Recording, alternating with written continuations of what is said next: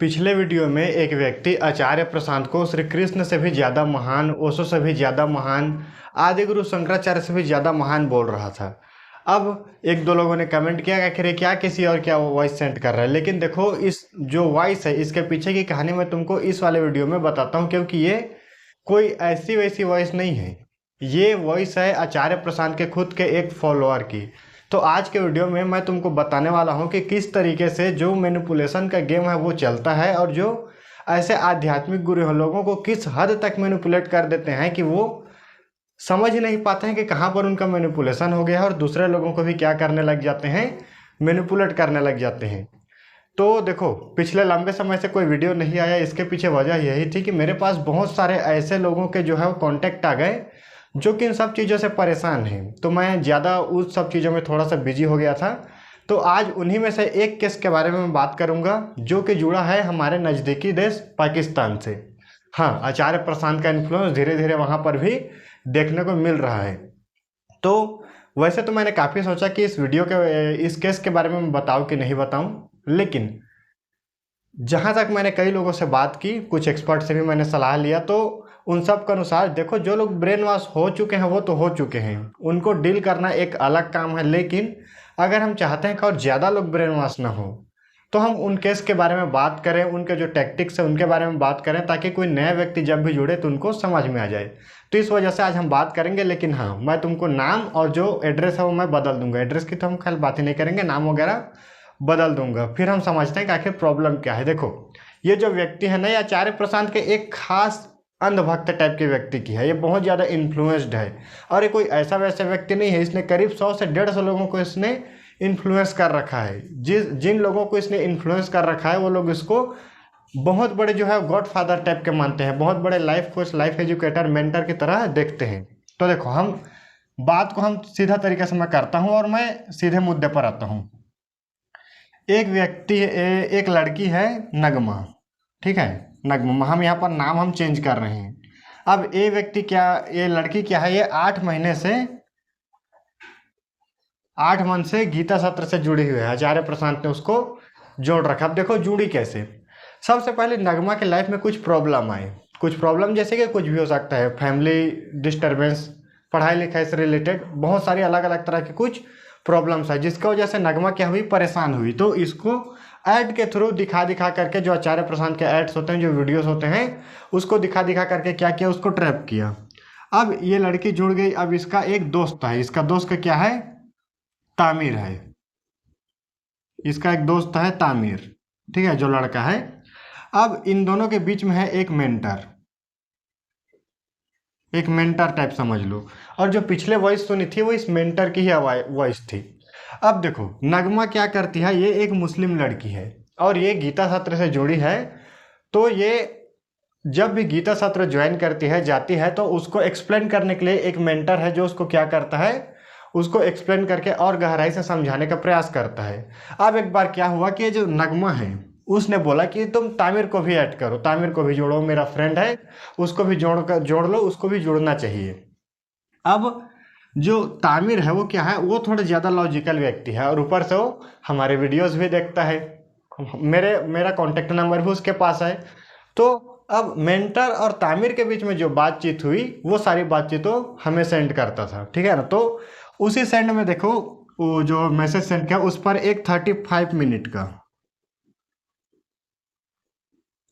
Minute का voice note send किया, voice note.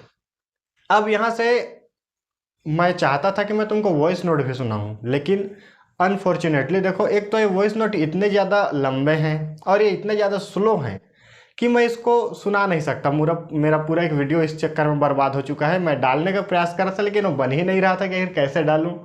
खैर, हम उस सब चीज़ों को हटा करके मैं सीधे बात बताता हूँ कि आखिर मामला क्या है, क्योंकि अगर तुमने इन सब चीज़ों को देखा तो तुरंत रिलेट कर जाओगे, और अगर कल को तुम्हारे सामने आएगा तो तुम तुरंत समझ जाओगे। इस 35 मिनट के वॉइस नोट में वो सबसे पहले क्या समझाता है, देखो 25-30 मिनट तो वो पूरा साइंस का जो टर्मिनोलॉजी है, जो साइंस के एक्सपेरिमेंट्स हैं, जो साइंस की खोजें, उन सब का हवाला दे करके क्या सिद्ध करने का प्रयास करता है कि जो बाहरी दुनिया है वो क्या है, झूठ है, झूठ है, झूठ है। हर बार एक ही चीज़ बार बार बोल रहा है कि बाहरी दुनिया झूठ है, झूठ है। कैसे? जैसे कि तुम्हें पत्ते हरे दिखते हैं, किसी और जीव को दूसरे कलर के दिखते हैं, तो पत्ते का हरा होना सच नहीं है। हम एक खास तरह की साउंड को सुन सकते हैं, दूसरी तरह के साउंड को हम नहीं सुन सकते हैं। मतलब कि हम जो सुन रहे हैं, जो देख रहे हैं, सारी चीज़ें क्या है, एक दूसरे से भिन्न है। इसलिए क्या रियलिटी है, क्या सत्य है, वो हम समझ ही नहीं सकते हैं। वो इस तरह की अलग अलग चीज़ों का डॉपलर इफेक्ट वगैरह के इस्तेमाल कर करके क्या कर रहा है, तामिर को कन्विंस कर रहा है कि देखो जो बाहरी दुनिया है झूठ है, झूठ है, झूठ है। वो बार बार एक ही चीज बोल रहे थे। देखो वेदांत जो है वो आंतरिक दुनिया की बात करता है, आंतरिक दुनिया की बात करता है। ठीक। और लास्ट के अंत में कुछ देर तक आचार्य प्रशांत का जो गुणगान करता है कि आचार्य प्रशांत सच्चे व्यक्ति हैं, अच्छे व्यक्ति हैं, दिल के साफ हैं, जिस वजह से सारी चीजें करते हैं टाइप। हाँ, अब देखो ये जो तामिर है, यह है लॉजिकल व्यक्ति। इसने सबसे पहले तो एक सवाल खड़ा किया कि अच्छा ठीक है, जहां तक मैं समझ पा रहा हूं आपका जो पहला स्टेटमेंट है वो क्या है, बाहरी दुनिया झूठ है।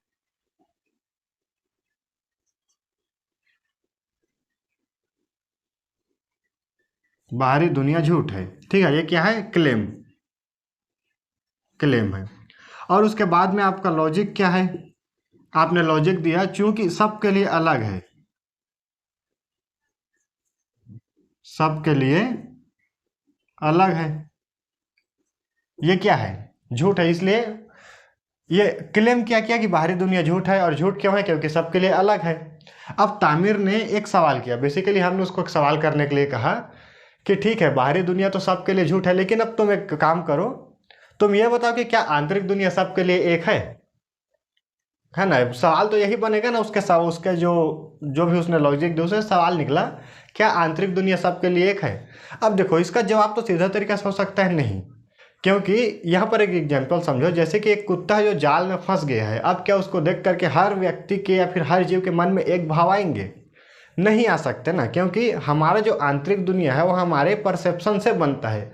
हम जिस तरीके से अपना अनुभव करते हैं, अपना जीवन को जीते हैं, चीज़ों को देखते हैं, समझते हैं, हमारा पूरा जो आसपास का माहौल है वो जैसा है, उसी तरीके से हमारा सोचने समझने का तरीका बनता है। तो हमारे मन में जो भी विचार आएंगी, भावनाएं आएंगी, वो हमारे बाहरी दुनिया का जो रिफ्लेक्शन है उसी से रिलेटेड हो सकता है, और वही होगा। तो जो आंतरिक दुनिया हो तो और ज़्यादा खत्म हो गई। तो फिर सीधा तरीके से अगर कहें, अगर वेदांत आंतरिक दुनिया की बात करता है तब तो वेदांत खुद में झूठ हो गया। क्योंकि देखो पत्ते का हरा होना लगभग हर इंसान के लिए एक है, लेकिन एक सेम चीज को देख करके दो लोगों के मन में एक भावना आएगी, ये तो वहां पर भी वेरिएशन है, मतलब कि वहां पर भी ट्रुथ नहीं है ना। तो वेदांत तो और ज्यादा गलत हो गया। तो ये तो इसका लॉजिक हो गया जहां पर मेंटर एक बार फंसा। ठीक। अब इसके बाद में मेंटर ने फिर सीधे इंटेंशन के ऊपर सवाल उठाया कि मैं समझ जाता हूँ टाइप की तुम लोग क्या कर रहे हो, समझने वाले ही नहीं हो, समझना ही नहीं चाहते हो, मैं पीछे के इंटेंशन समझ जाता हूँ। हाँ, अगर तुम जुड़ोगे आचार्य प्रशांत से तुम्हारे सामने ऐसी चीज़ें आएंगी, और अगर आई है तो तुम कमेंट सेक्शन में बताना कि आई है कि नहीं, क्योंकि तुम रिलेट कर पा रहे होगे मैं क्या बोल रहा हूँ।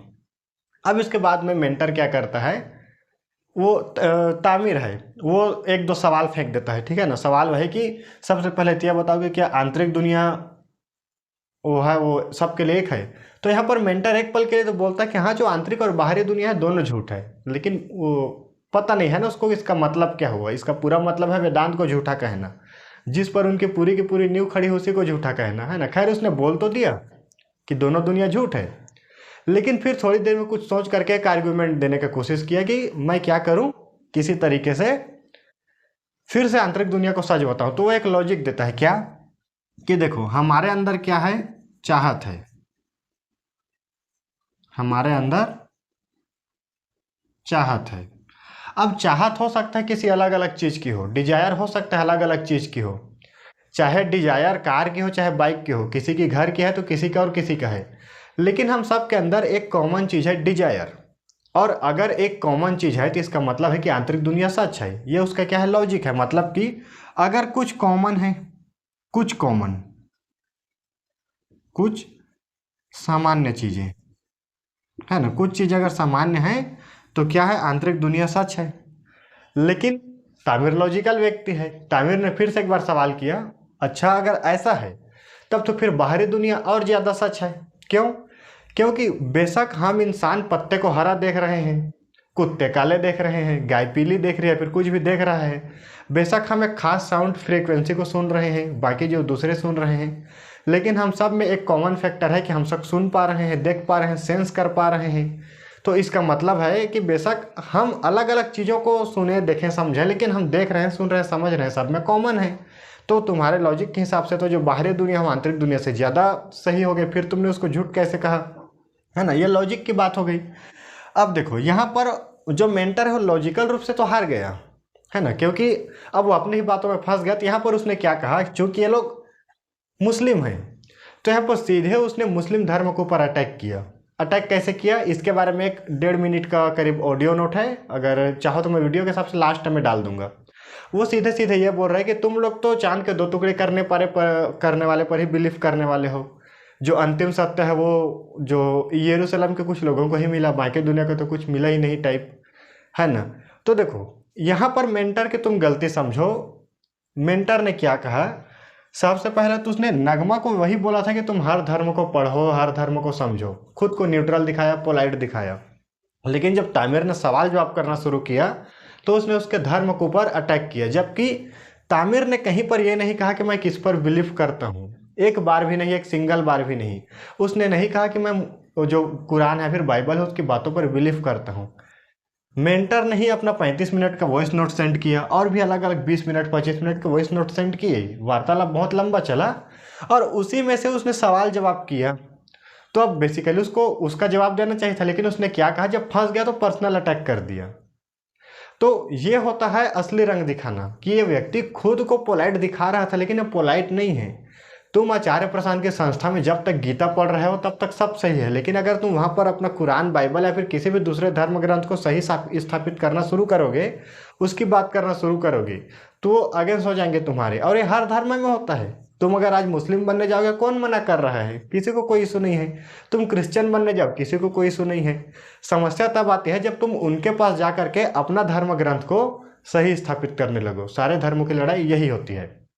अब देखो ये तो हो गया एक बात, है ना, ये तो हो गया पूरी जो मेंटर था उसका प्रॉब्लम। अब कुछ लोग कहेंगे कि ये व्यक्ति जो है वो हो सकता है सही से एक्सप्लेन नहीं कर पाया या फिर ये अपवाद होगा। लेकिन देखो ये जो मेंटर टाइप व्यक्ति हैं, अगर ये अपवाद होते तो भी प्रॉब्लम नहीं थी। असलियत बात यह है कि 99% लोग तुमको अपवाद ही मिलेंगे, क्योंकि जो मेन टीचर हैं आचार्य प्रशांत, उन्होंने उनको नहीं बताया कि क्या आंतरिक है और क्या बाहरी है, क्या सही है। वेदांत अक्सर यही चीज़ बताता है कि देखो बाहरी दुनिया इसलिए झूठ है, इसलिए झूठ है, इसलिए झूठ है। वो नहीं बताता कि आंतरिक दुनिया क्यों सच है। ये वेदांत की सबसे बड़ी कमजोरी है। ये कमजोरी आचार्य प्रशांत न समझते हैं और न वो ऐसे लोगों को समझाते हैं, जिस वजह से लोग क्या करते हैं, ऐसे अंधभक्ति में आकर के और लोगों को लगातार जोड़ने लग जाते हैं। तो ये है इनकी सबसे बड़ी हिपोक्रेसी या फिर प्रॉब्लम। ये लोग खुद अंधभक्त हैं और ऐसे मिल करके एक बहुत बड़ी अंधभक्त टीम का क्या करते हैं, निर्माण कर देते हैं। और यही वजह है कि आज हमारे सामने इतनी सारी प्रॉब्लम्स हैं। लोग समझते ही नहीं हैं, लोग लॉजिकल क्वेश्चंस का आंसर नहीं कर पाते हैं। अगर कोई भी व्यक्ति आचार्य प्रशांत से जुड़ा है तो उससे तुम एक चीज़ समझना, पूछना कभी भी कि तुम खुद से एक्सप्लेन करो तुम क्या क्या समझे, तुम देखना वो नहीं कर पाएगा। तो ये सबसे बड़ी प्रॉब्लम है।